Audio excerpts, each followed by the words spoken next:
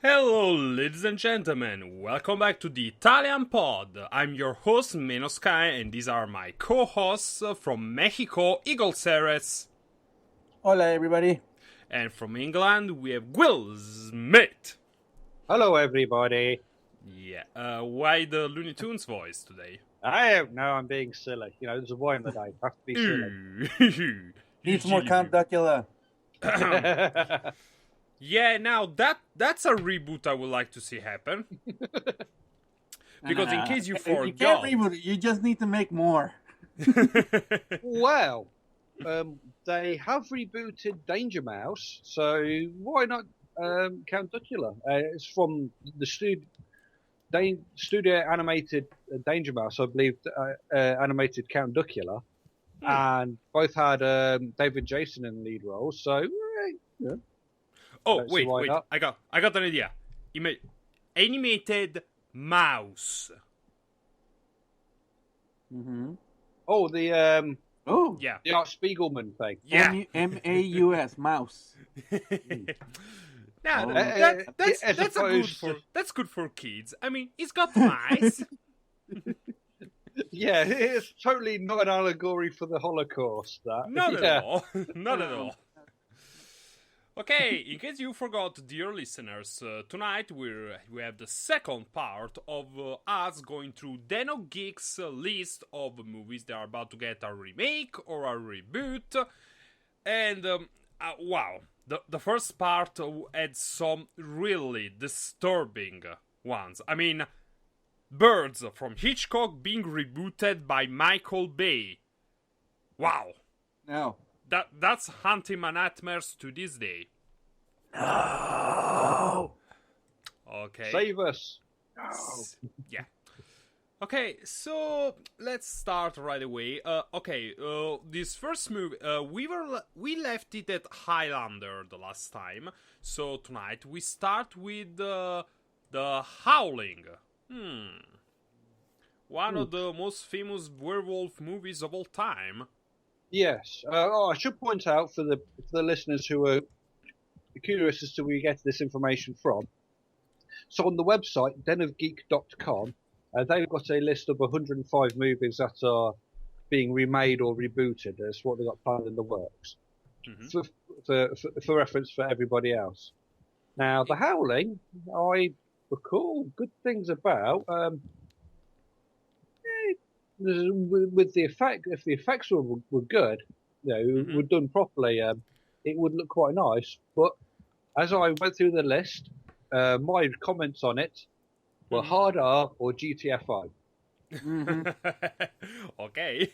Well, you can say hard R, but the most important part, do not make it a teenager high school movie. Like they're doing with the Disney remakes, pretty much. Yeah, I don't think we need to see sexy werewolves in high school because we've got Teen Wolf.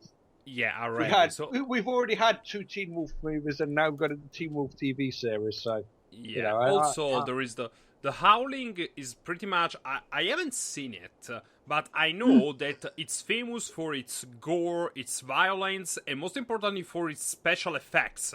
I mean, I just have a screenshot here of the muzzle of the werewolf, and that's fucking impressive. That's kind of scary. Yeah, the thing of The Howling, it was a very visceral movie. It wasn't panned because it was artistic. No, it was like scare you. It was something that came on the inside, and you're like, ugh. R-rated, right? Yep. Oh yeah, R-rated or GTFO with your horror. Yeah. It was early 1980s. So it was before the PC police got started. Yeah. Well, it's also Joe Dante, who we've not seen anything for a while from, but this is the man who gave us Gremlins. And Small Soldiers, which was an excellent film. The last role for Phil Hartman, I believe, or certainly his last film role. But Small Soldiers was excellent, and I highly recommend you find it out. Yeah, it was kind of. It wasn't good, but it was entertaining. I mean, I love the part where they started using Spice Girl songs to, do psychological warfare. warfare. Yeah, The the thing was neighbour's so- wife. I love The that thing with Small song. Soldiers, the thing there was, it was a bait and switch. Yeah, pretty much. Because you were expecting the typical G.I. Joe to be the hero. Mm-hmm. Guess what? It's not. Yeah, Yeah. a lot of the voices for the soldiers were from the original Dirty Dozen movies because it had Ernest Borgnine. Yeah, also there is, I think it was Kristen Stewart as a teenager in that movie. No, Kirsten Dunst. Kristen Dunst, yeah, sorry, Dunst. Okay, moving on, this is another horror movie. I Know What You Did Last Summer. Well, the word horror is kind of stretched there. Yeah, thriller, okay. And okay, so the director is the director that also made Oculus. So that was a pretty decent horror flick, I guess. But this was based on a novel, and the guy then went on to make Ouija, which wasn't that. Oh yeah, the old Ouija, yeah, as in Ouija board. Yeah, the board game stuff, like yeah. Wasn't that scary? Well, this is the thing because you can't have good horror in a PG-13. You can't because a lot of good horror has gore in it. But there's not a. But I know what we did last summer is a slasher movie. You can't make a slasher movie PG-13. No. You can make PG-13 horror, but you are relying on jump scares. And yeah, pretty much. It would be most horror has jump scares these days, which is quite irritating. Because jump scares will always get me. It's like, because it's like they're overused. Like going to video games, there is like the Five Nights at Freddy franchise. I hate that. I mean, because I'm not a fan of horror games to begin with, but horror that is based on jump scares is my least favorite. Yes, I'm with you on that one. I think we can do without jump scare horror. Yeah, but give us Silent Hill. Is anything? The video game. The video game. It was better developed. Yes. Or Outlast. There is no Silent Hill movie. There is no Silent Hill movie, but there is Outlast 2 coming out. Anyway, any thoughts about I Know What You Did Last Summer remake?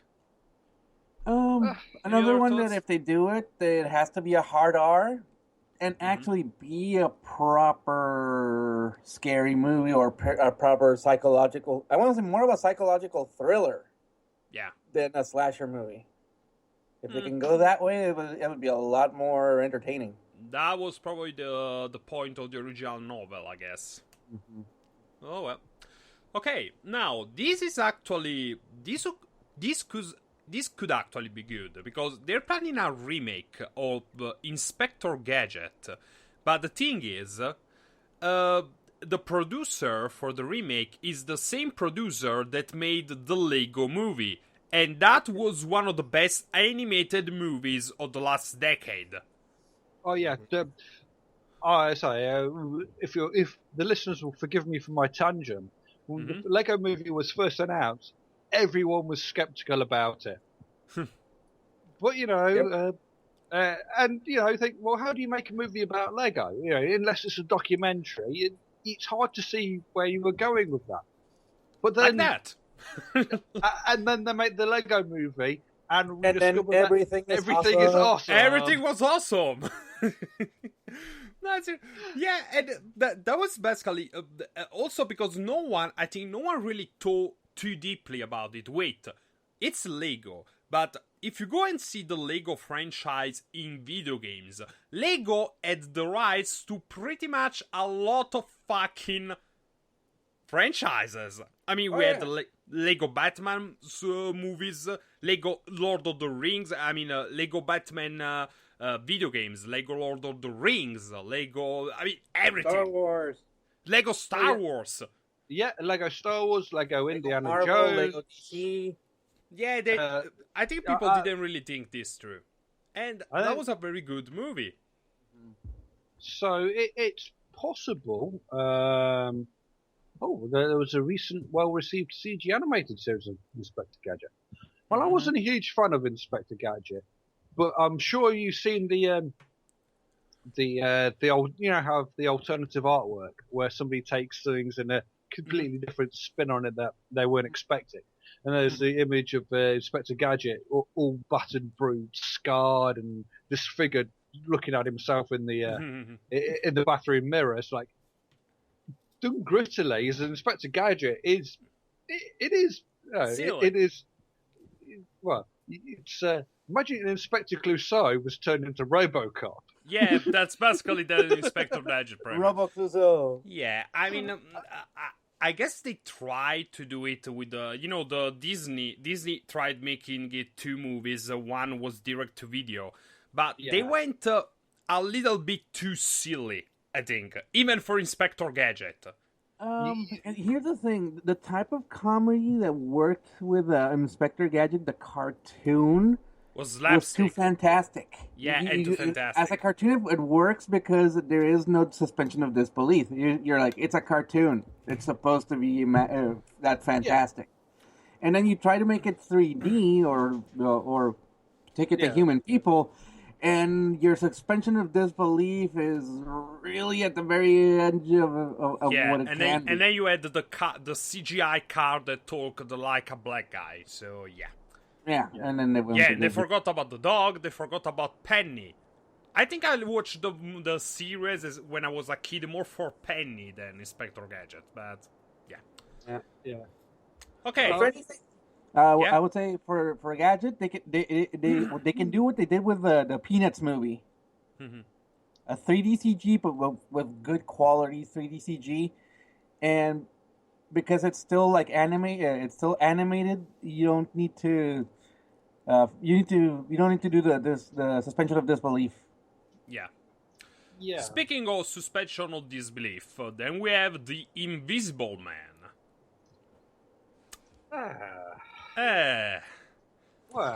Is there? I mean, other than the original, has there ever been a good adaptation of this? Well, good is a relative term. Yeah. I mean, The Invisible Man, because it's H.G. Wells' work, and he's been dead for over 70 years. Bless his soul. Bless his soul. Basically means everything he wrote is effectively public domain now. So as long as they credit him as based upon the work of H.G. Wells, like they do with Sherlock and Elementary, go right ahead. It's all perfectly fine. Have it if you want it. But my comment on this was inevitable, but wasn't Hollow Man enough? Now, Hollow Man wasn't a great film. I mean, it was interesting because it had some good body horror moments in it. But we didn't really need to see a semi-translucent Kevin Bacon slog. So that was. I don't think we needed that, but they did have Rona Mitra in it, and she did get a kit off. Mm-hmm. So yes, and you also had the rape in it and stuff. I mean, you could see how being turned invisible would send you mad. So it's not entirely unrealistic in that respect. Where you can't sleep because when you close, the light still passes through your eyelids. So it's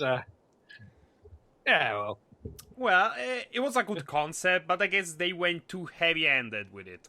Even if the scene where they burn him up, like he's waving goodbye from the elevator, then she takes the flamethrower and just burns him. That was cool. Well, Paul Verhoeven, so we had to expect something like that. All right. We'll see. I mean, as I said, it's public domain, so I guess anyone could do a take on it, good or well. Depends. I don't know. There's no time scale, no names attached to it, so we'll see. Speaking of things that instead have a owner still attached to it alive, there is another iteration of it. Why? Because seriously, why? Why? I mean, it's not that it's not because I hate clowns and I hate spiders, but why would you destroy something so great? Yeah. Yeah, We all float down here. You float down, yeah.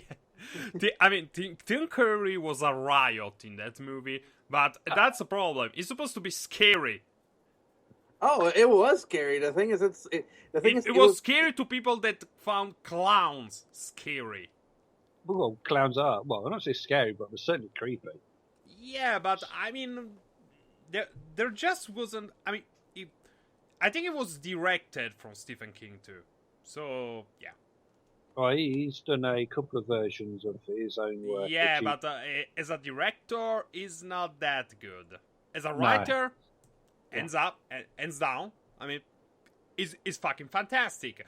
He's been falling off the bandwagon recently, mostly because of SGW Hysteria, but as a writer, good. So someone put it, I'm not scared of Stephen King, but it's his fans. They scare the crap out of me. Oh, yeah. Yeah, that's how he wrote Misery. Because he had an encounter with one of his fans and he was I think that's like maybe one of the only 2 adaptations of his work that were, I mean three, because we had The Green Mile, we had the Shawshank Redemption, which was also good. Then we had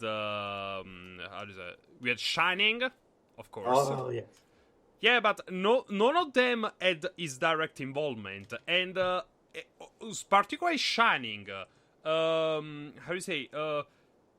He hated what Kubrick did with Shining, pretty much. Oh yeah. The thing is, Kubrick does his own thing. He literally did his own thing. Yeah. Yeah. And I think the idea that Kubrick had may not have been what the original author wanted, but it's still a great job. Yeah, I mean, it wasn't the first time that Kubrick did something that the original author didn't like. Anthony Burgess didn't like the movie version of Clockwork Orange because the movie version cuts out the last chapter. Yeah, but to spoilers for a 40-year-old film. Yeah, in the original version of the book, the third chapter is him basically turning him into a normal person. Basically, he's pardoned for every single little shit he's done in his life. He meets a woman, marries her, and even as a kid. Basically, that's the whole third part of the movie, and it's kind of boring. I mean, I guess it ties into the... So this guy does shit, but also because of government, he doesn't get any flack for it, and he goes and becomes what appears to be a normal person. That's probably how it goes in life, but it was a boring part. It was very boring compared to the other 2 parts of the movie, of the book. Yep. Okay, so it seems like they changed the directors. They don't know what's going to be. I mean... we'll see. I don't know who Andy director Mama. Oh, okay. That was a scary motherfucking movie. Yeah. Andy Muschietti. Yeah, the director of Mama. Okay. Oh, yeah. I've seen some of the tests on that, the test footage of the guy who he's got Marfan syndrome, I think. Yeah. He's got really long limbs and yeah, my God. That is creepy. That is creepy. Okay, next we have Dead in the Water remake of Jacob's Ladder. Yeah. Well, it seems no news is good news on this one. I think we can skip over it, to be honest. But you know, it was quite good. But I don't know. Yeah, this is one of those cases where I say we don't need a remake, just the HD re-release. Yeah, dust it down and tart it up. That's all we need on that one. Whereas the next one, however, I think we can go into some detail on. Yeah, because it's a remake of Jumanji. Okay, declaration. It wasn't a perfect movie, I know, but as a kid, I fucking loved this movie. Mostly because of Robin Williams. I mean, yeah. What year is it? Oh yeah. Oh, yeah, Rob Williams brought a fantastic energy to many of his roles. Yeah. And he could also do a good bit of drama. But apparently the remake will be in the cinemas at the end of the year. Huh. At the end of current year, and they didn't release who is doing anything, and just that Zach Helm has scripted it. But I say, in defense of Hollywood, sometimes something like this can actually work really well. Case in point, the Cloverfield sequel. The trailer for that dropped the other day. Yeah, but they say it's not a Cloverfield sequel. I know, but sometimes there being nothing about it, just boom. Where the hell did that come from? Can be brilliant. So I was watching the trailer for it, and it's a more traditional film style. It's not found footage, which is brilliant. It's got John Goodman in it. And it's John Goodman. We'll see.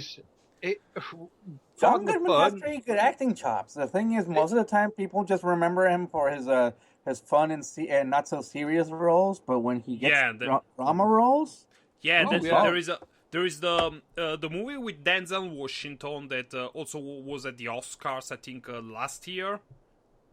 The one where he's an aircraft pilot, he's an alcoholic. It's Flight. Yeah, John Goodman was in that too. He was a drug dealer and he was fucking entertaining. Right, one of my favorite part of that movie.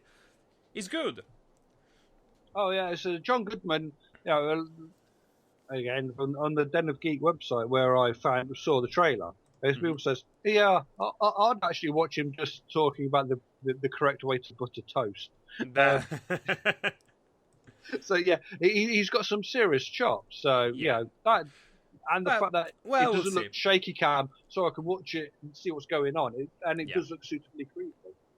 So returning to Jumanji, I think it could work. But the thing is, Jumanji, I loved it as a kid because it was a kid movie. That was for sure. But at the same time, it was also very creepy, very scary because you had people. I mean, you had usually when you make movies, when you go and give it kids, like kids protagonists, co-protagonists, whatever, you don't usually put them in front of things that can actually kill them and actually have one of them die on the screen while the other is turning into a monkey. That was fucking creepy as a kid. I remember being so. If they can hit the mix with creepiness, but also comedy, we'll see. We don't know enough about this. Okay, won't take the next one, Eagle. Kickboxer. Ooh.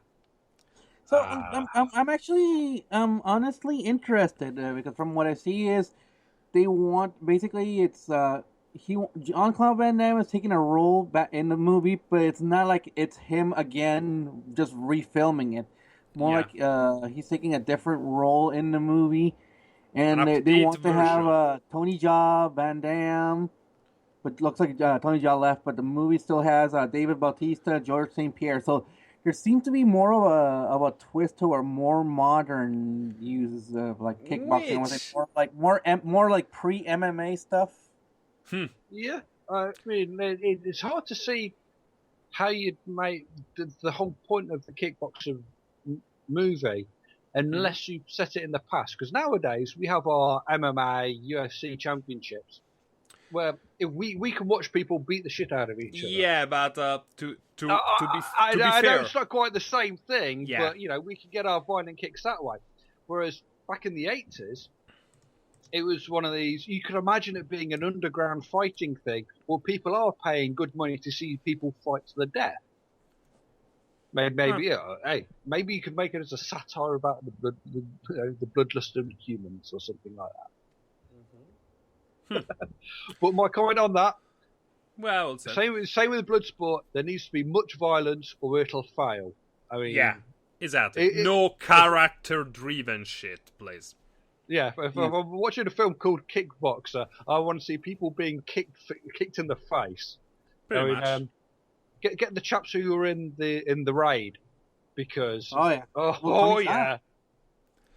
Okay, now for the next reboot, I want to leave this to you, Will, because I think we need this to scrub a really big injustice. People think of, when you think of injustice, you think of me. No, it's the League of Extraordinary Gentlemen. Yes. Yeah, I've seen the original. Yeah. And it's not good. No, and when I speak about injustice, it's that this is the last movie Sean Connery was ever in.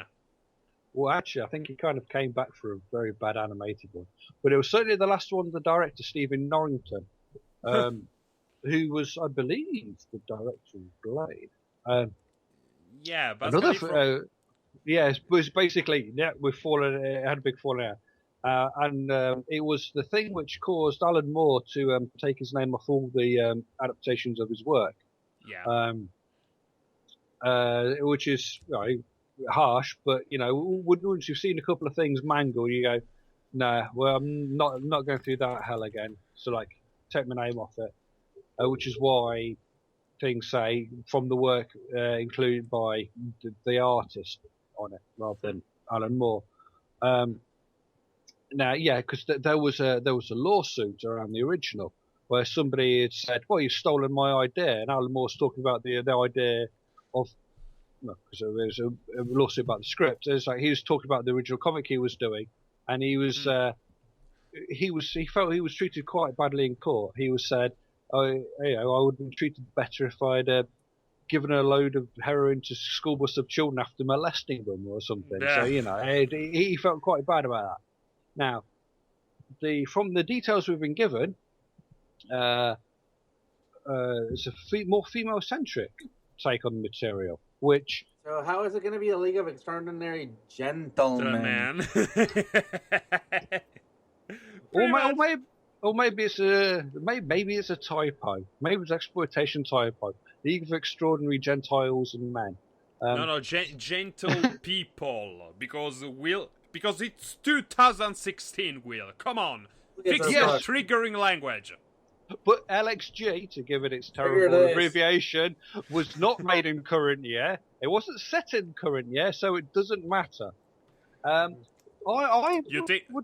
have no issues with it being... Will, the problem is that you're using logic. You can't have that. That's me buggered then, isn't it? But in all seriousness, the female-centric take on the material, if it's done right, I have no issues with it. Yeah, my notes are much needed, but I'm curious as to what characters come to the fore if it's more female-centric take on the original. I think that if they go with a more female-centric take, this thing is gonna be a bust. Because the thing, it wasn't really good, but what I really enjoyed was the concept, like all the characters of the books, from the old books. We had Hyde and the guy from the concept was incredible. I really liked the concept. So I wish they did it like Guardians of the Galaxy of Avengers. These people come together, and it's about the team. It's not female-centric. Mm-hmm. Well, what characters are you going to have in there? Because the female character that was in the original movie was the vampire, Wilhelmina Parker, who was a vampire. And are we going to have some kind of incredibly transphobic Dr. Jekyll and Mrs. Hyde thing going on? Yeah. Where he turns basically Dr. Jekyll turns into She-Hulk. No, if they do that, it's going to be not only a buzz, but it's gonna piss a lot of people off. Yeah. Like again, make your own. If you want to make more female characters, okay, make new ones. Don't just overwrite history. Exactly. Okay. Yeah, it doesn't really work with Rule 63, is it? Doesn't really work for some stuff. Yeah.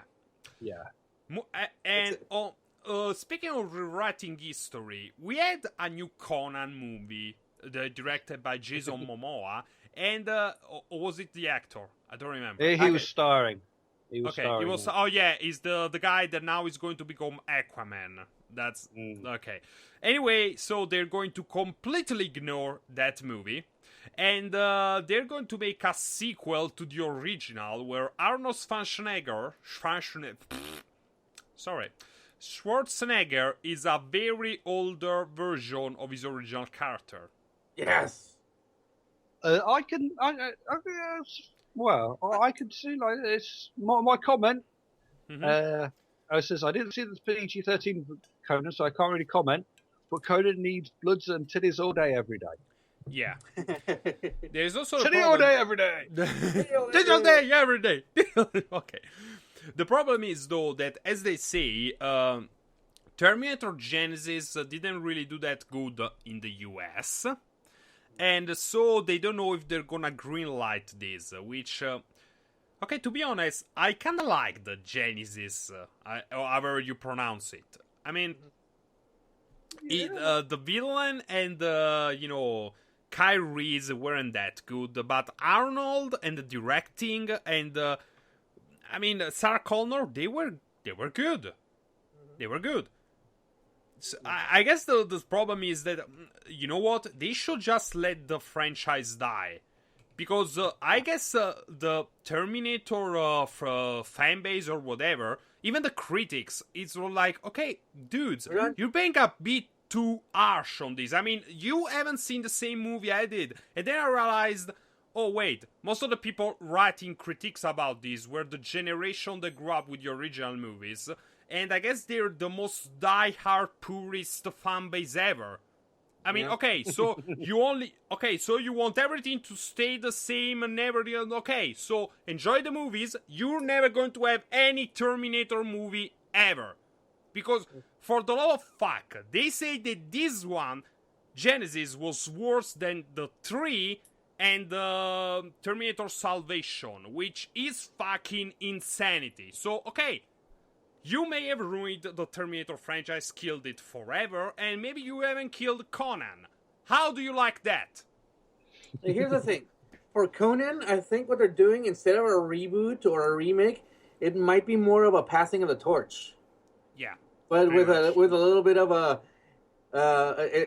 calling it a reboot as in, here's the story of Conan, spoken by Conan to the next Conan. Maybe. Yeah. Oh, I could get behind that. I mean, we are talking about a culture that would have had an oral tradition for telling stories. So, yeah.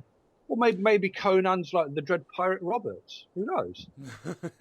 that I could get behind. Yeah, they could do something like Creed. I saw Creed, by the way, the other day. It was fucking fantastic. And there was this with the passing of the torch from Balboa to Apollo Creed's son, and it was a very good movie. So they could do something like that. We'll see. And it works because you bring in new actors, and the older actors become the role models, become the sensei character, the teacher character, the sage old man that can still kick some ass. Okay, for the next one, I need someone who's actually seen Logan's Run, because I haven't. Oh, I have. Okay. It had nudity in. Okay. The original, I believe, had Jenny Agutter, who got it. And I remember, hang on, this is Saturday afternoon on BBC Two. Titties! It's been a while since I've seen it, and it's quite a hedonistic society where they basically kill everyone off who's once they reach a certain age. In the original story, it's 21, but in the first film, it was 30. I don't know, because they had a TV series, I believe.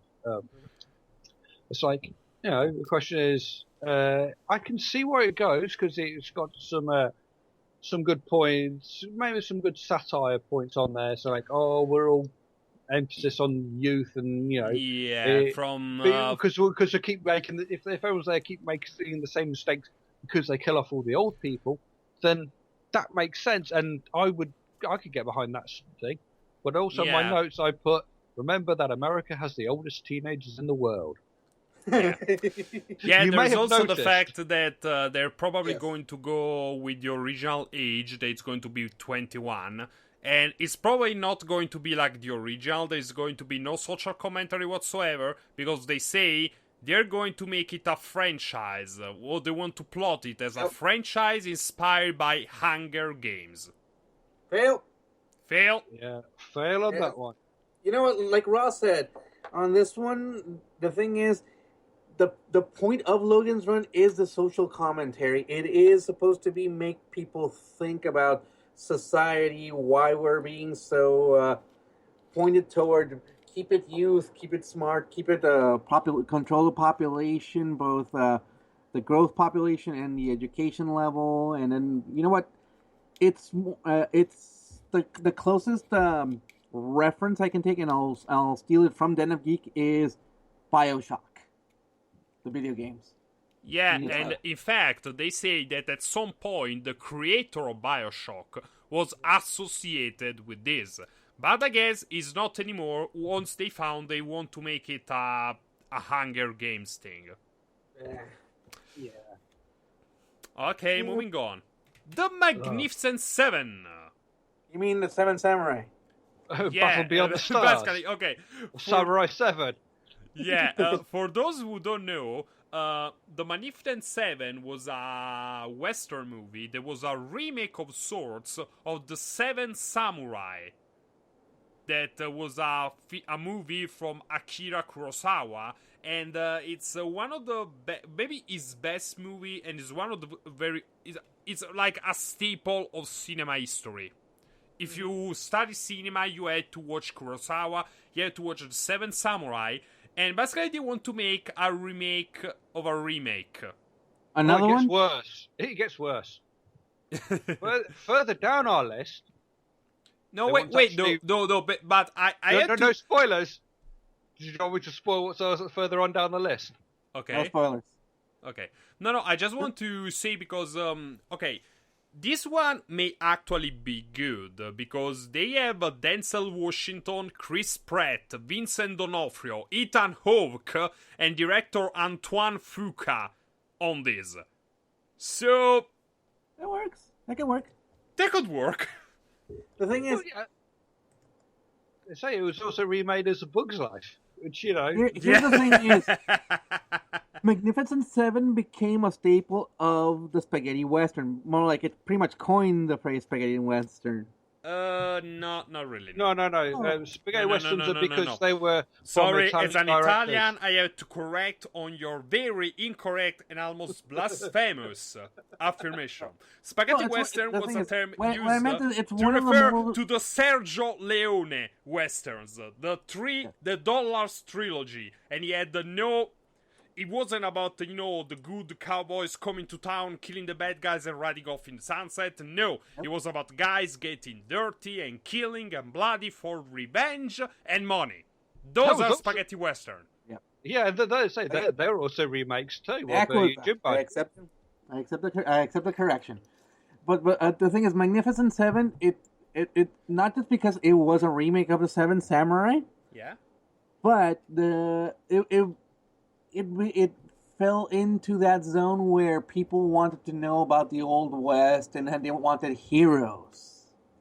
Yeah, That's why it was remade into A Bug's Life. That's why we got. That's why we recently got that movie with this recent Netflix only movie from what's his face. Oh, that one, which is The Ridiculous apparently Six. which is apparently absolute shit. I would say it's Adam Sandler. It's Adam Sandler, but honestly, it was a delicious parody. It was actually funny, except for a few things that were too blatantly obvious. Wait a minute. You're telling me that Adam Sandler actually did something funny? For Adam Sandler. Ah, okay. Yeah, for a given value of funny, yes. It's like everything is true for a given value of true. So Okay, moving on. What the fuck is Major League? Baseball Major comedy. League was, I'll take that one. Major League was a movie in the late 80s, early 90s about the professional baseball team the Cleveland Indians, which were at that time one of the worst teams in the league. So they bring in the story where they're so bad they're going to be sold off, and the current owner wants to sell them off real bad, but the current players they don't want to be sold off. Yeah, so they pretty much it's an American comedy with a little bit risque about a ragtag group of professional baseball players, basically trying to go back up and become champs.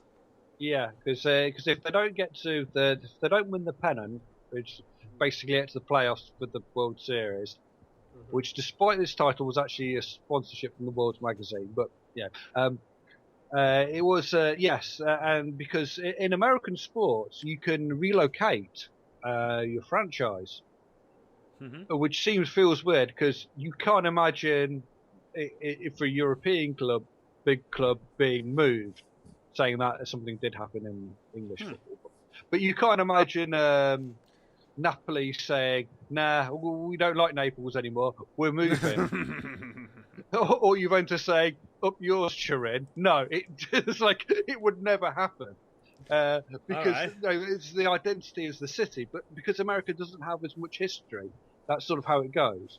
But with the right cast and writer, this could be funny, and if it's got enough smutty humour in it, because there's plenty of smutty humour. Though I'm not sure you'll get Wesley Snipes, Dennis Haysbert, or Charlie Sheen in. Yeah, also it's only under discussion so far. So we don't know if it's a silly movie. It's for teenagers and above. Yeah, it's a good Sunday afternoon movie. Well, moving on, then we have John Woo, who wants to go back to his old style of making movies and to remake a Japanese thriller called Manhunt, which tells the story of a prosecutor framed for robbery and rape who sets out to clear his name, which is kind of interesting as a concept. I'm okay. I'm on board with this. Why is that? Because I'm a John Woo fan. I like his stuff, especially his stuff in Hong Kong. When he teamed up with Chow Yun-fat, you knew you were in for a good time. There was some, doves aside and what have you. There was some beautiful, beautiful gunplay. I mean, have you not seen Hard Boiled? Hard Boiled. I mean, that tea house scene. That is one of the greatest things you will ever see.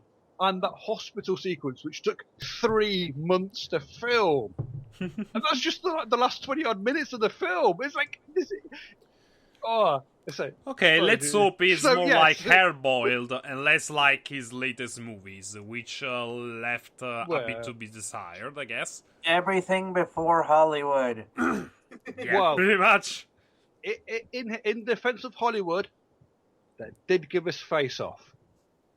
True. Which if you can accept the silly premise and then accept that it is, you can enjoy John Travolta and Nicolas Cage trying to overact each other.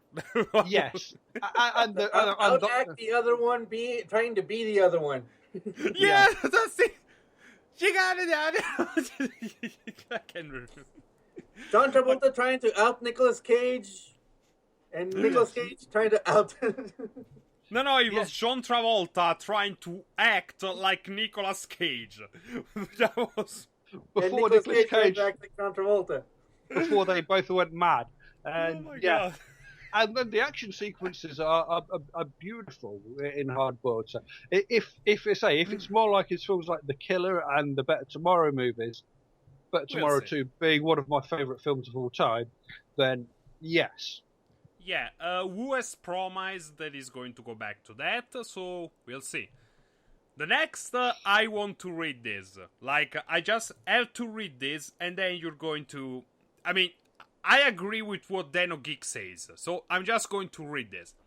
The man who shot Liberty Valance. This John Wayne Western has been reimagined as an urban crime thriller in the vein of The Departed, The Town, and Mystic River. The outlaws from the original have been recast as Polish gangsters. I actually want to give it a chance. Why? As a possible opportunity, yeah, it's a remake, it's a reimagining, and the problem is you're not going to be able to set it up as a Western anymore because so why the fuck do you haven't used the rights for that anymore? Just give it another name and say that it pays homage to that. Like Ben-Hur, I mean, yeah. Mm-hmm. Exactly. Yeah. The thing is, not a straight up remake, but as a reimagining or as an homage or as a tribute to, like you said. There's no more actors like John Wayne anymore. Yeah, wow. There are actors who don't bother trying much of an accent. But yeah, but Pilgrim. Yeah, it's hard to. I don't see what this brings to the table as a remake, but pretty much. Moving on, shall we say? Moving on. Dear God, let it happen, because either way, it's gonna be something. I mean, it's gonna be something hilarious. A Master of the Universe reboot. No one has ever been attached to this yet. I mean, officially, they talk about people, but no one has even been hired to direct. But for the love of God, if you want to remake a He-Man Masters of the Universe movie, for dear God, make it like the cartoon. Yes, in my opinion, it's worth doing, but it needs to be coherent with its setting. You can't come to modern day America. It has to stay on Eternia. You know, it's got to have its consistent internal logic of staying on this fantasy world of Eternia. Yeah, he has to have a guy dressing in pink. And then raising his sword, I have the power, and he transforms into Mr. Olympia. Please. This guy got to be well. And another questions: do we still have Ram Man and Fisto? Which is like, do you follow the Twitter account at Grumpy Skeletor? Because that's brilliant. And it's like, it's usually just someone who just, well, it's basically it's like Skeletor not having a good day sort of thing. And it's brilliant parody. It's like, if you do it right, Masters of the Universe, it could be entertaining. It could even have its She-Ra spin-off like we had with Red Sonja and Conan. I've got no problem with that, but it's got to be coherent. The problem is, a lot of these fancy things, they don't feel coherent. So, I don't know. What do I know about anything, as I always say?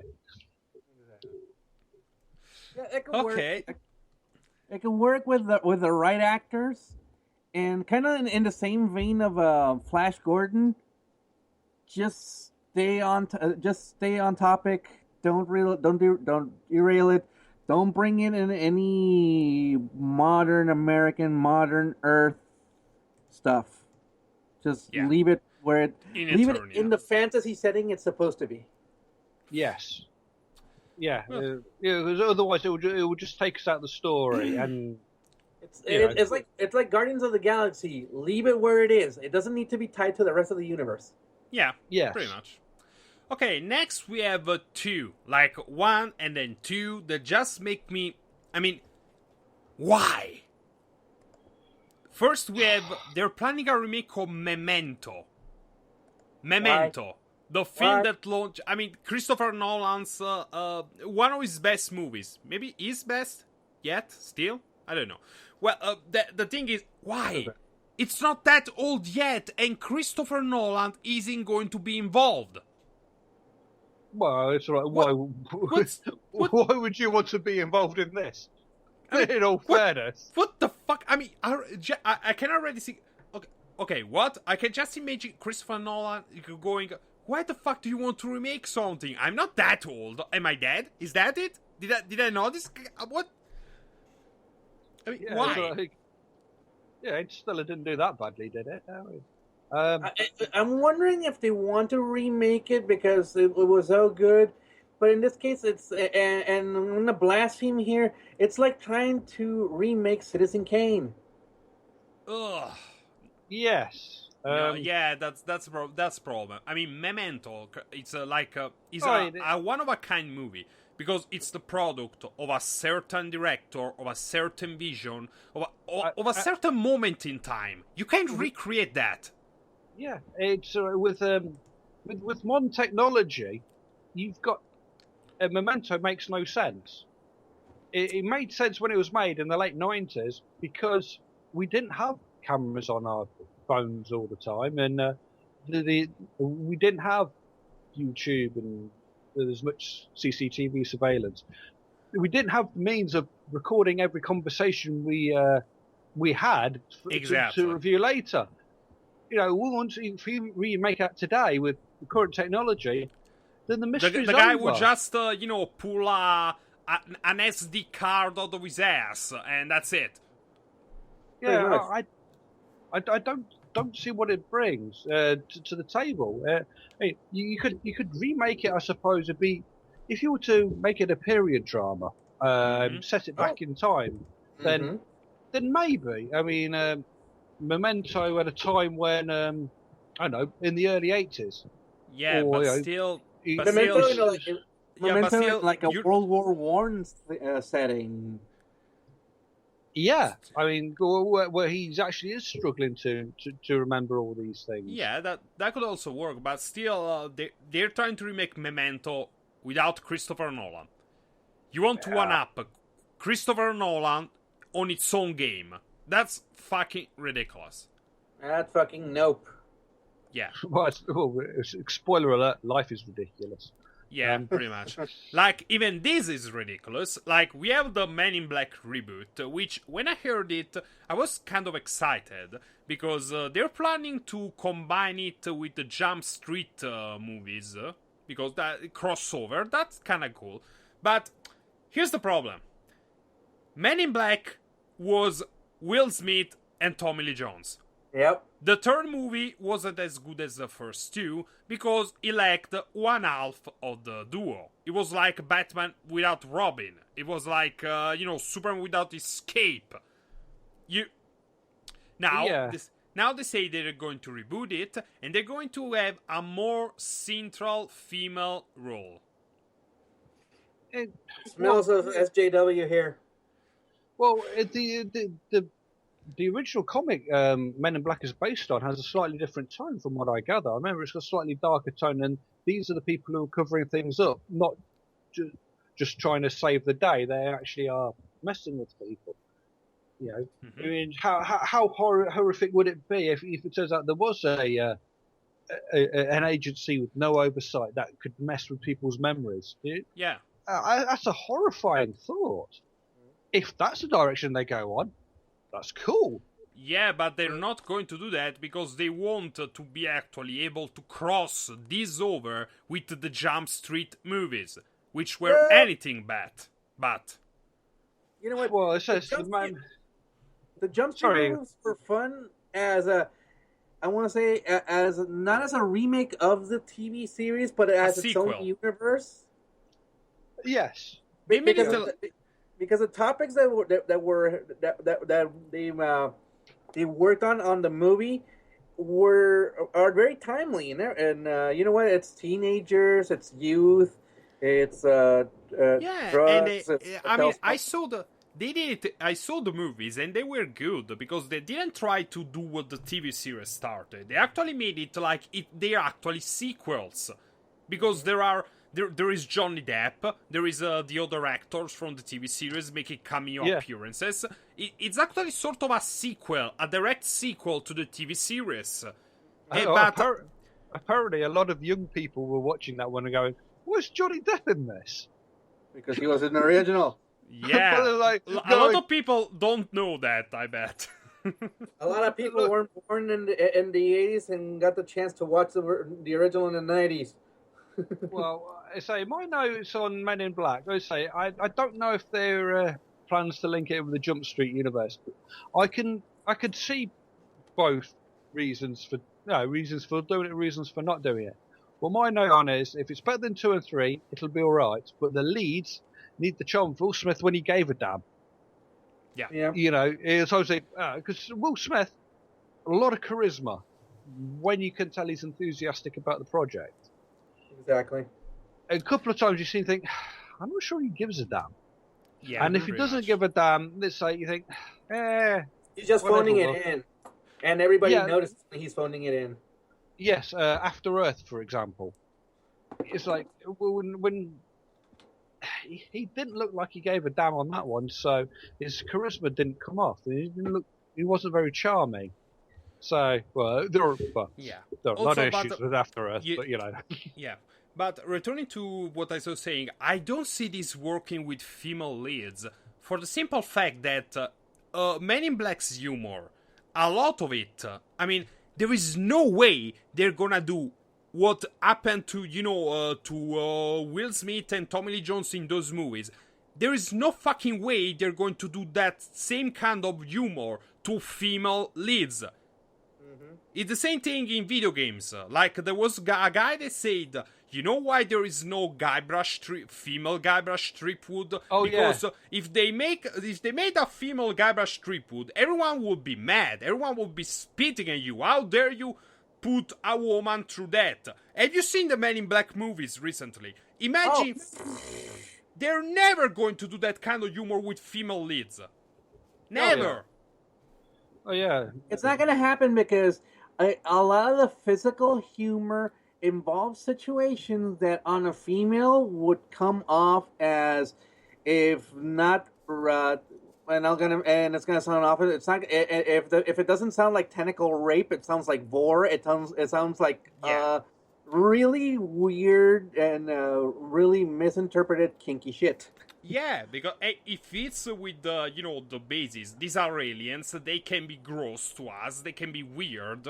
So, I mean, the humor works. It's funny. But, I mean, I wouldn't mind if they could do that with female roles. I mean, more girl power. Fucking yeah. If they can actually do the same humor that men do with women, if they actually can do that, if there are women willing to go through that, to do that kind of humor, fucking fantastic. I really like to see that. But it's never going to happen because people, in particular a certain slice of the public, it's going to go apeshit.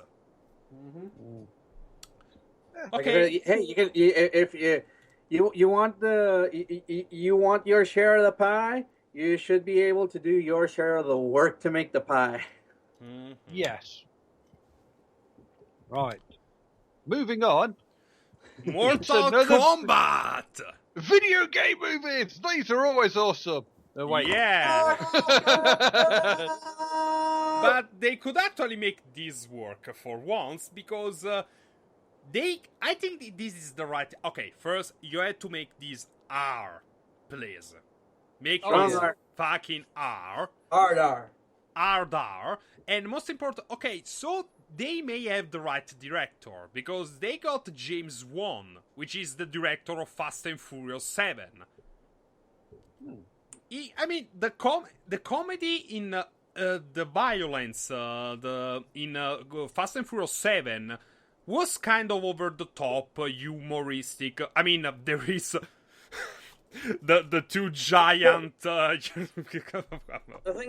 thing is, he is if they maintain a tone kind of like Fast and Furious 7, but with more gore, because it has to be violent. Yeah. If there's humor, it has to be either raunchy, dark, or just completely silly over the top. Yeah. Oh yeah. Yeah. And I mean, it's a film. Sorry. Yeah, continue, Gordon. Oh, go ahead. Yeah. Go ahead.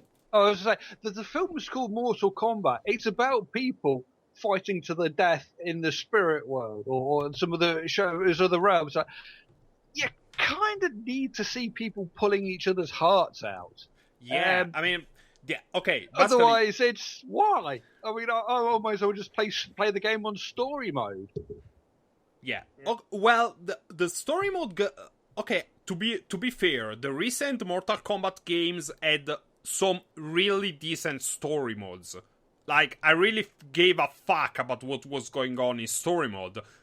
So, but the thing is, Johnny Cage for the win. yeah, also, Johnny Cage, exactly, Johnny Cage. Basically, this movie needs to be the movie equivalent of Johnny Cage's fatality from Mortal Kombat X. Him just thrusting his hands inside a body, a person thorax from behind, opening in the middle, popping his face in and saying, "Here's Johnny," before finishing the job. It's got to be the movie equivalent of that.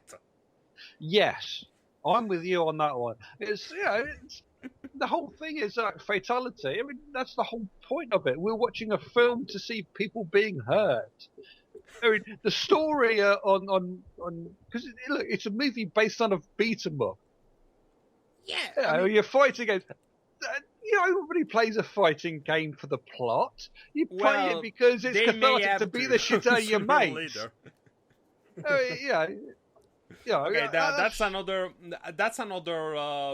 discussion for another time. But yeah, most of all, you need to make this as gory, as violent, as silly as the video games.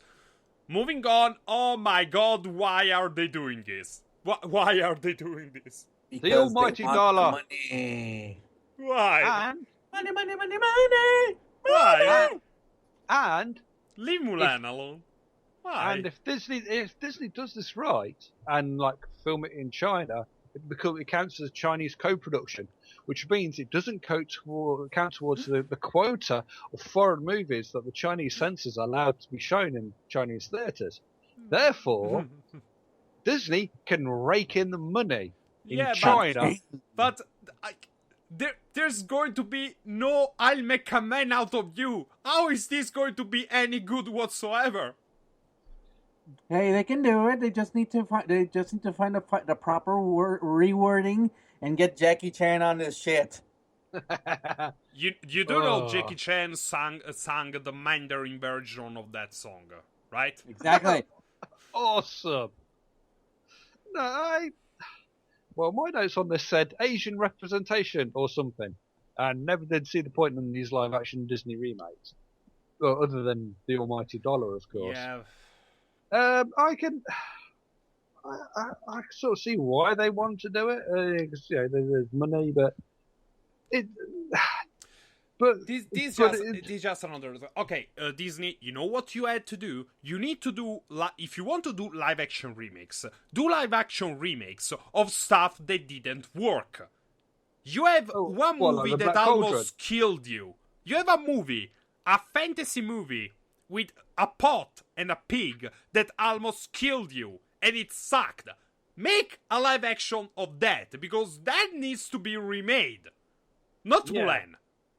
Yes, the Black Cauldron, yes. Yeah. That could do with remake films that didn't quite work rather than remake good stuff. But aka all the live action stuff from the 70s and 80s. Yeah. Yeah. And speaking of all things that I don't know if would you call The Mummy good? It was Indiana Jones light. I mean, it was on a par. Well, it was better than Crystal Skull. Dr. Indiana Jones. Yes. But wait. Diet Dr. Indy, yes. Well, but wait, this no. This is a plan. Basically, it's the Monsters cinematic universe. Like Dracula Untold, I Frankenstein. It's not going to be like The Mummy with Brendan Fraser, and it's going to be written and directed by the writer of The Amazing Spider-Man 2 and Star Trek Into Darkness. Nope. Well, Star Trek cannot enter proper lighting. Wait. Universal's classic movie monster universe. Maybe. Yeah, I could. Yeah, well, what they're going to reboot Abbott and Costello as well? they can't because that would be fat shaming. Well, I say I like the original Mummy reboot. Yeah, it was a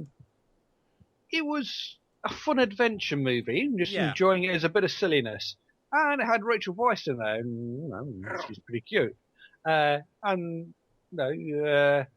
So, but I don't see Kurtzman being the guy to breathe life into it. I mean, sure, it's Star Trek cannot into proper lighting. They made some money, but did the Amazing Spider-Man 2? It probably didn't lose, but it wasn't as good as they'd hoped. With Kurtzman, I would get somebody else in, but I'm not in charge of these things. A good thing too, because oh god, think of the horrors that would come out if I was in charge. The injustice. Yeah. And speaking of injustice, they want to make a new cinematic version of Murder on the Orient Express. Okay, it's one of my favorite. It's one of my favorite murder mystery novels. But what I'm worried about is who's involved with it. Do you know Kenneth Branagh, guys? Yeah, Sir Kenneth Branagh. Yeah, dude, his version of Henry VIII was pretty good, and his unabridged Hamlet I thought was absolutely stunning. Plus, he did Thor. I got no issues with Branagh in charge. Yeah, go ahead. Oh, sorry. So I got no issues with Branagh in charge as a director, but there's obviously something going on here that I don't. But the problem is a very good. But lately, he's been going. The latest two movie he directed were the Jack Ryan movie and Disney's Cinderella. I don't need to repeat how much that thing sucked. The thing is, if you're gonna do Murder on the Orient Express, it has to be a set piece. It has to be set in the time and age where it's supposed to be. Don't modernize it.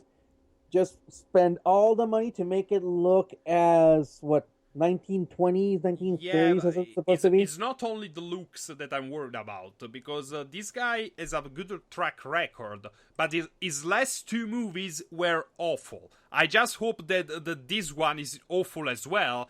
Then I read that the writer is the same guy that co-produced Smallville and wrote the Green Lantern movie.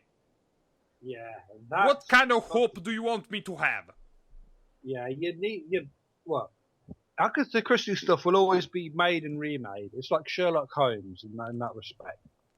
There'll be the new thing based on one of their works. I mean, over Christmas we had And Then There Were None on BBC.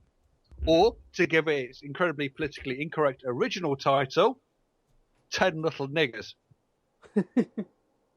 I shit you not. Really? That's what the story was originally called. Wow. Then it's like, wow, yeah, you can see why they changed that one, can't you? Pretty obviously, yeah. Yeah. Anyway, this thing is. No, that's his Cure and Killing Out for a Hood remake. Yeah.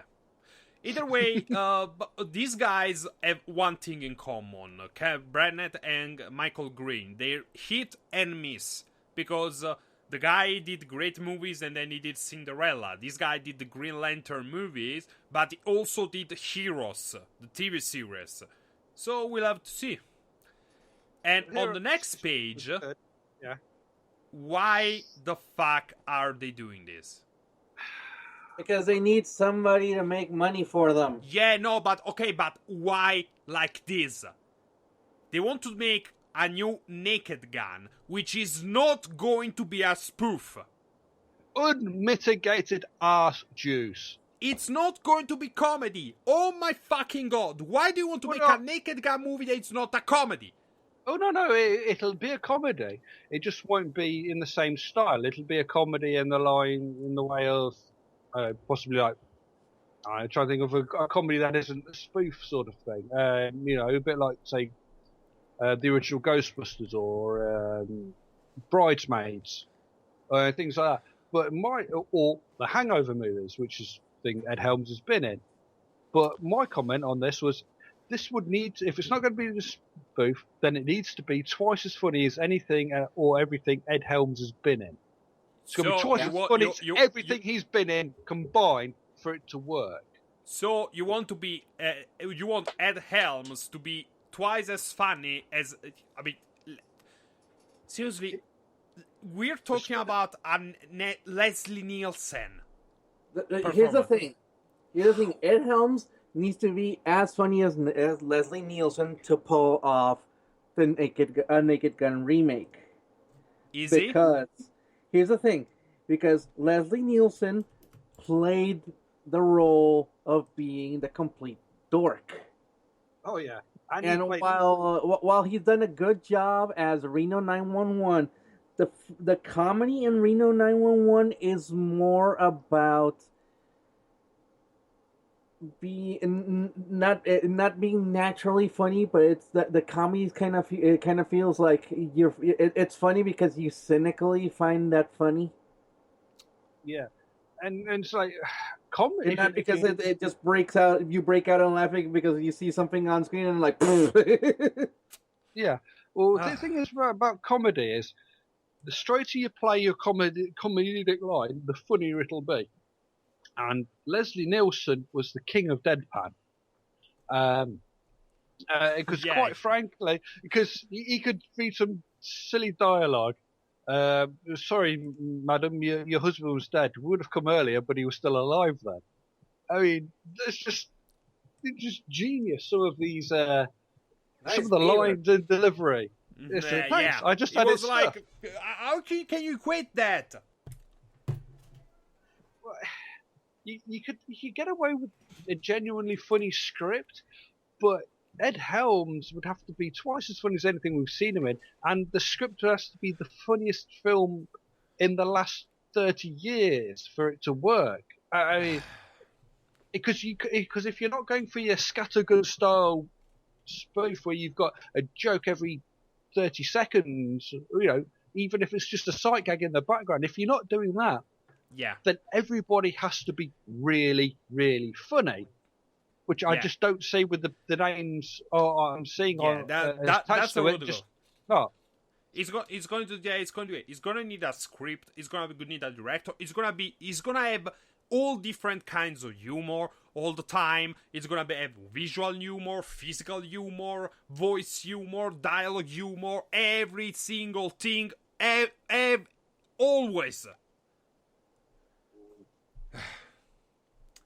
Okay. The thing, it's going to take a huge investment in people, both actors, comedians, script writers, just to get the timing right for it to be a proper either remake or kind of like a good homage to what the comedy in the Naked Gun series was. Yeah, I'm not holding my breath. And the big thing is the Naked Gun was based small. It kind of remembered. It kind of reminisced of what was the TV series it was based off? Police Squad.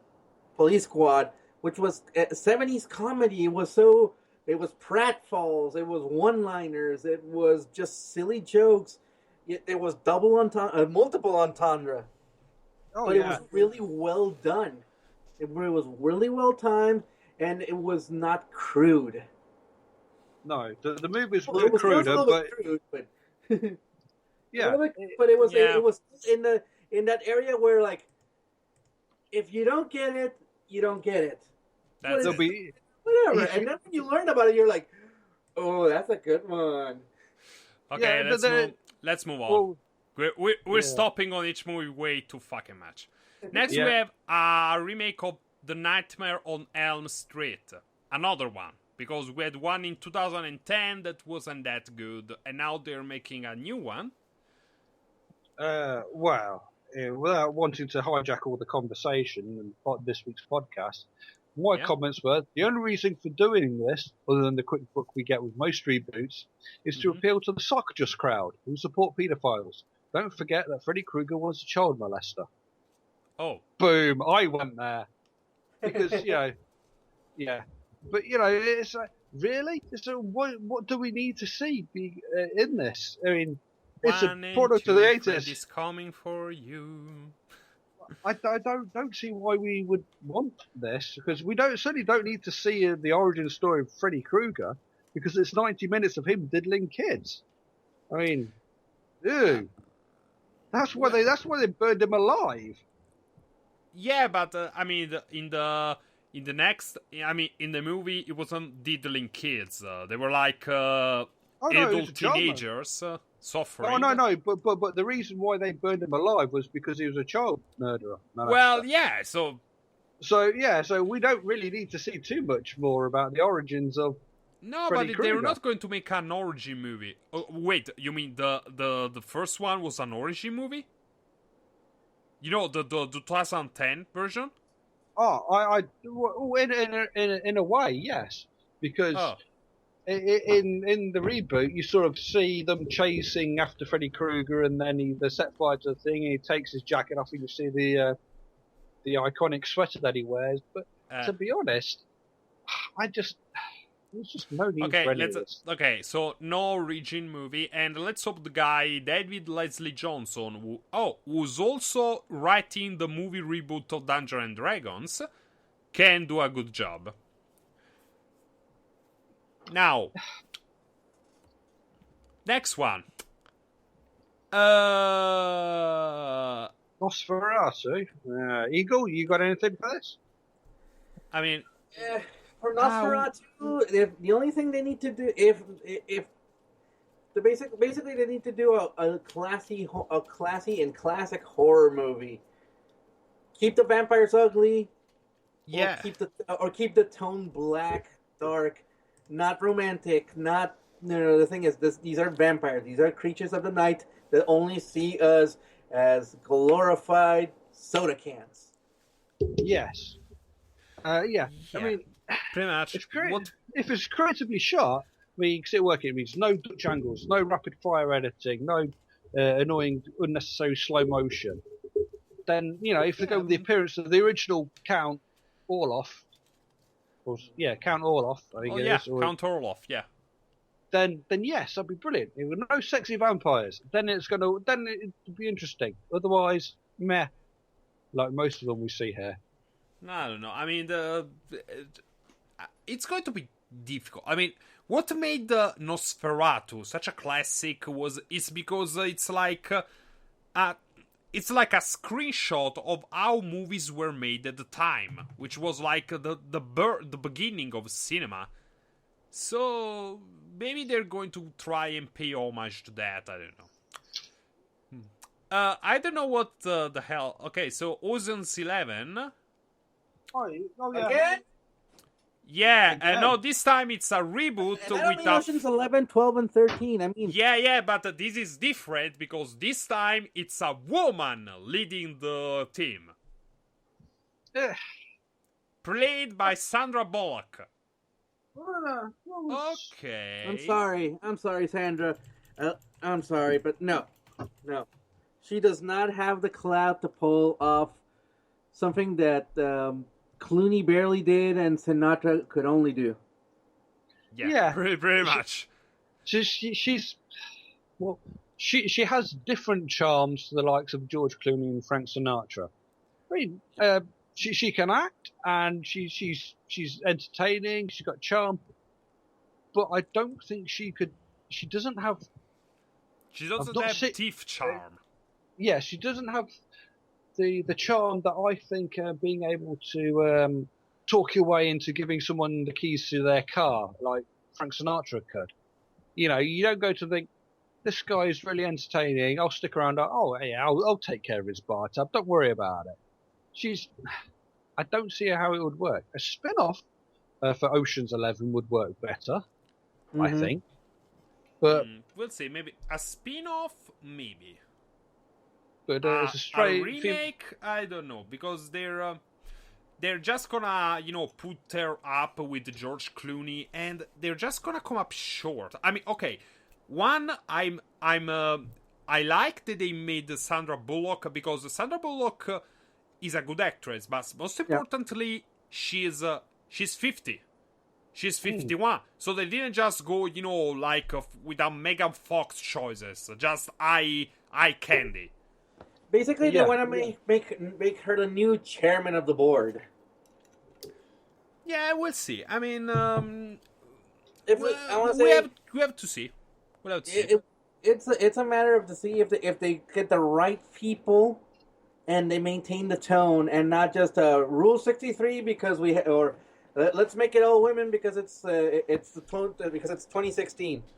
Yeah, and it also again comes down to that.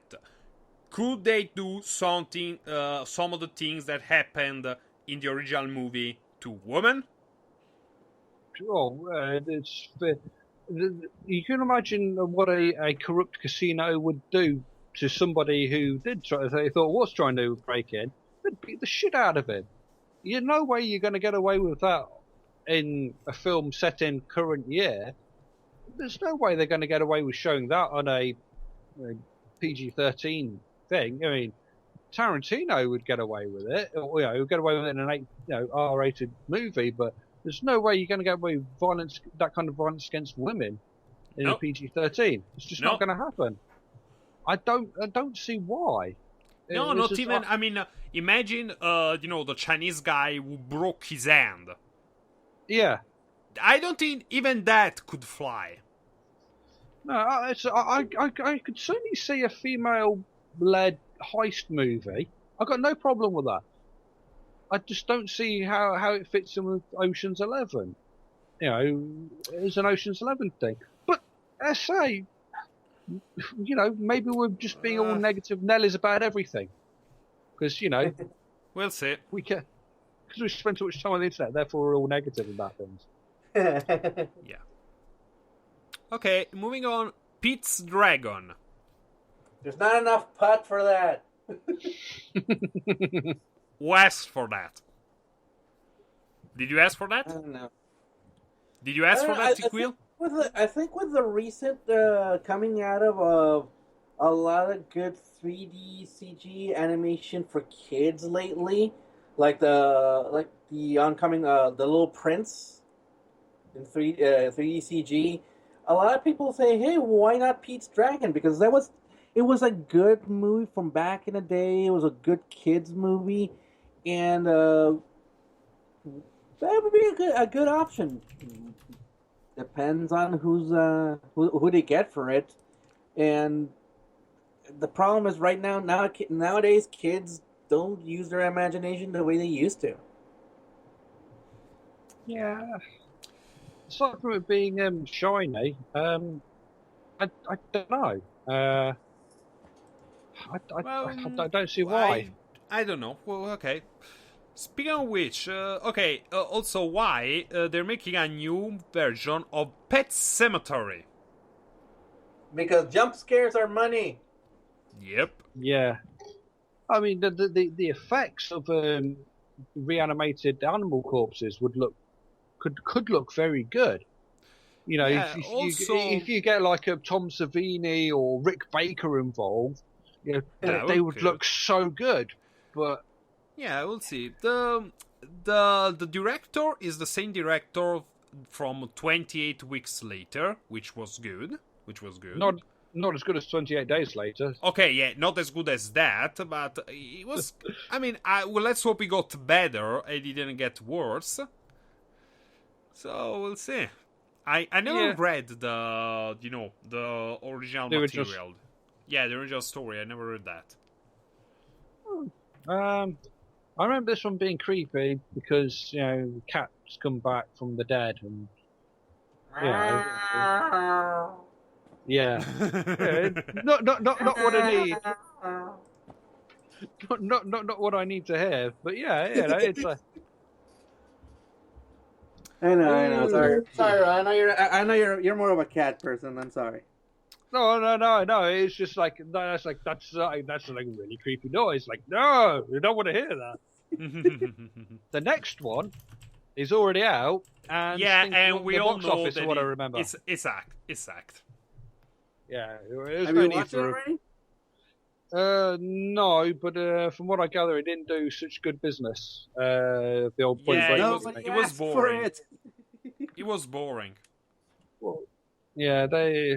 Well, It was And I think we boring. commented about it last time, where this is one of those movies where a lot of the tones, a lot of the topics they're talking have already been dealt over and over and over in the last 20 years on different movies, not just the one they're remaking. Kind of like with Cliffhanger. Yeah. A lot of the stuff in the movie is now pretty much casual extreme sports. Yeah. yeah. Not the most hardcore of hardcores. Well, Yeah. in the original, they were just doing it to fund the hedonistic lifestyle. This one, they're doing to make a message, but really? Yeah, anyway, the movie is out. We already. People have seen it. It sucks. Moving on. This could actually work. Police Academy. Yeah, but mostly because of the people involved. Because the people who are producing this are Key and Peele. Yes. We made I haven't seen the sketches, but I saw these guys because they were involved in a couple epic rap battles of history, and these guys reminded me of they are good. They have good comedic timing, and they can do a lot of voices, a lot of roles. Like they did 2 epic rap battles. In one, they were Gandhi and Martin Luther King, and in another, they were Michael Jordan and Muhammad Ali, and they nailed it both times. They are good. Manos, go look for their Key and Peele doing Obama's anger translation. Okay, I will watch that.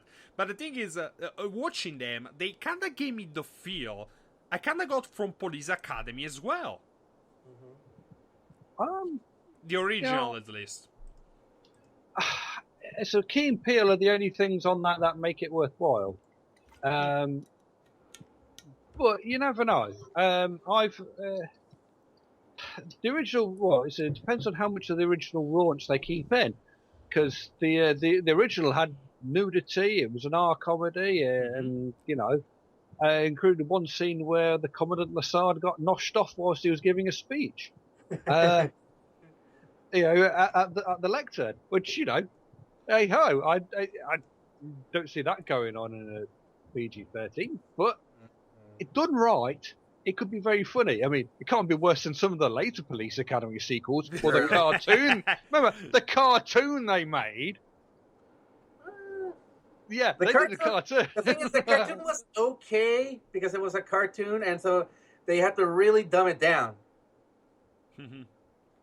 Yeah, that's it. And it wasn't pretty much like made by like the old school Mel Blanc stuff. But Okay. but with the right team, with the right comedians, and most importantly, keeping it as a fun spoof of police. Don't make it dark and gritty. Don't make it realistic. Keep the fantasy going. Keep the comedy. It's not about real cops. It's not about real situations. It's fantasy. Yeah. It's make believe. It's all about the lulz. Yes. Okay. So a few jokes at the expense of the CSI department, then that would work fine. It's like, what do you mean you can't zoom in and read this? It's like, no, there's only so much we can do. Like they've been Futurama. Can't you enhance it? It's the highest resolution we've got. It always works on CSI. Yeah. Yeah. And speaking of silly, this movie is actually going to happen. It's going to come out in January, a year from now. It's a Power Ranger reboot. Are you sure it's a reboot and it's not another A movie localization of one of 200 movies No, from no, Japan? no, no. I read that. They actually, it's a movie reboot of the original series. They're actually also using the same names. The main characters are going to be called Jason, Kimberly, Zack, Billy, and Trini. What? Yeah, those names are not popular anymore. They need to rename them. What? And Trinity's too close to Tronny. This film was transphobic. Also, I read they already cast all of them. All the Rangers are already being cast, but I don't know a single name on this. I never cared for Power Rangers, so I don't know what to say on the matter. No, I mean the actors they cast. Does anyone know Becky Gomez, R.G. Seiler, Ludi Lin, Naomi Scott, and Dicker Montgomery? No freaking clue. But you know what? If they do if they still make it fun and they make it interesting, and you know what? If it's gonna be a popcorn movie for kids. Yeah, it's not going to be that. They say that the movie will be really cool, contemporary, mature, but still playful. The playful is the last of their thoughts. It's still gonna be for a popcorn movie for kids. Come on. No, it's gonna be a nostalgia thing for adults. That's what they're going to. It's not going to be a popcorn. It could be both. Why can't it be both? Yeah, but I don't trust what they said about it. I mean, really cool, contemporary, mature, but still playful. If you take Power Rangers, if you take Super Sentai, and playful is on the back of your mind...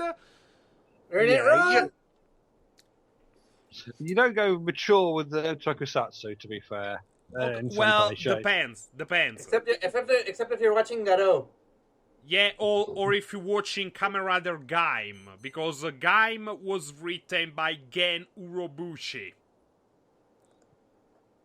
It's everything you're thinking of right now. But it was also cool, funny, silly.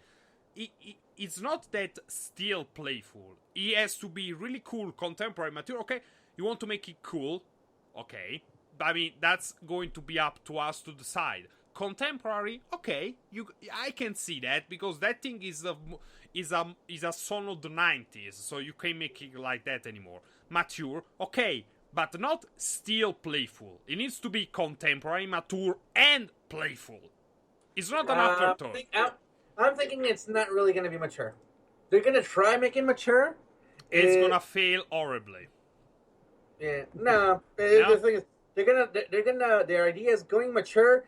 And then mid movie they're gonna be like, wait a minute, we're wearing spandex clothes and helmets, and we're beating up other people in spandex clothes and helmets. What if they make it?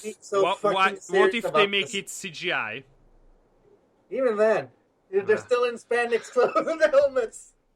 All right. Spandex, spandex. Oh my God, guys, I just said this too. It's not only the Power Rangers. Rita is going to be in this. There's Rita your playful. Repulsa. Well, there's your playful. There's your nostalgia. No, I mean it's not here, but like they're gonna to remake the character. I mean, what? Like I said, it's gonna be a popcorn movie. Don't worry about it. I don't think it's going to be. I don't trust it to be. I don't know. It cannot be mature. I just have this feeling. Sorry. Okay. Moving on. Predator. A sequel. Get in the chopper! Shane Black's involved. I'm up for this because Shane Black wrote Lethal Weapon, and his directorial debut was Kiss Kiss Bang Bang with Robert Downey Jr. and Val Kilmer, and that was very good. Okay. And he also directed Iron Man 3. which Nice. didn't suck. Yeah. I mean, yeah, it wasn't the best Iron Man movie. no, okay. It's like he had some good ideas. What they did bad in Iron Man 3, they didn't go through with them all the way. Like the Mandarin, keep it him as the main villain, and you don't make it an actor. Like make him out. He actually looked. That was a good twist. That was a good twist on that. I did. Yeah, like but that. it was degrading, really. Yeah. Well, so Ben Kingsley needs to eat too. So degrading. It's 2016. Our big bad can't be colored. Yeah. It's current, yeah. Okay, we'll see. Let's hope this new sequel is a bit more like the first two. I mean, and Predator. Close to the chopper. I mean, yeah. I mean, I don't know. Predators was good. Was kind of good, I had to say. But Well, if it's not hard R, it can GTFO. Is not. If it's not hard R, it can GTFO. Because quite frankly, also... the Predator pulls people's spines out. If he's not doing that on screen, I ain't interested. Okay, so that Predators had some fucking cool scenes, like the blade battle between the Yakuza and the Predator. Oh my fucking god, that was awesome. So he had some good ideas. I mean, I guess just it's like they were trying to take it in a direction that was way too out there, you know? Okay, so now we're on the Predators hunt planet. How are we going? I mean, what? Yeah, well, they tried a little too hard with that one. Yeah, I think they went a bit too highway because the cool thing about the original Predator was that the humans had the numbers, had their technology, had their toughest. They were the toughest ones, even in the sequel. And yet, one single Predator was like going through them like tissue paper. In Predators, it was the opposite. The humans didn't have the numbers, didn't have the technology, didn't have the home advantage point. It was less about making the Predator seem intimidating and more about seeing how cool the human characters were because Predators had the highest Predator body count of all the movies. Mm. Yeah. But that body count was mostly by the humans. Yeah, exactly. No, I mean the Predator body count. More Predators died in Predators than in the other movie. They were kinda, some fucking cool scenes, but they just, they let down the mythos. I mean, they didn't look as intimidating. They just looked as they went full action and less horror. Well, yeah. It could have been worse. It could have been the Aliens vs Predator writer. So yeah. We'll draw a veil over that. Okay. Draw a line under it. Then we have a reboot of Red Sonja, which no one knows anything about because it fell apart. And if Megan Fox was going to star, maybe good thing it did. Here's the thing. Red Sonja, it's the same issue. We're all bitching, mourning, and whining about Wonder Woman. You need a big, tough chick to play her. Yeah. Oh, my notes on this. I think this one's development hell, but the actress who was in Haywire, the Steven Soderbergh action thing, Gina Carano, or Ronda Rousey, they would be a good fit for Red Sonja because we know they can kick ass.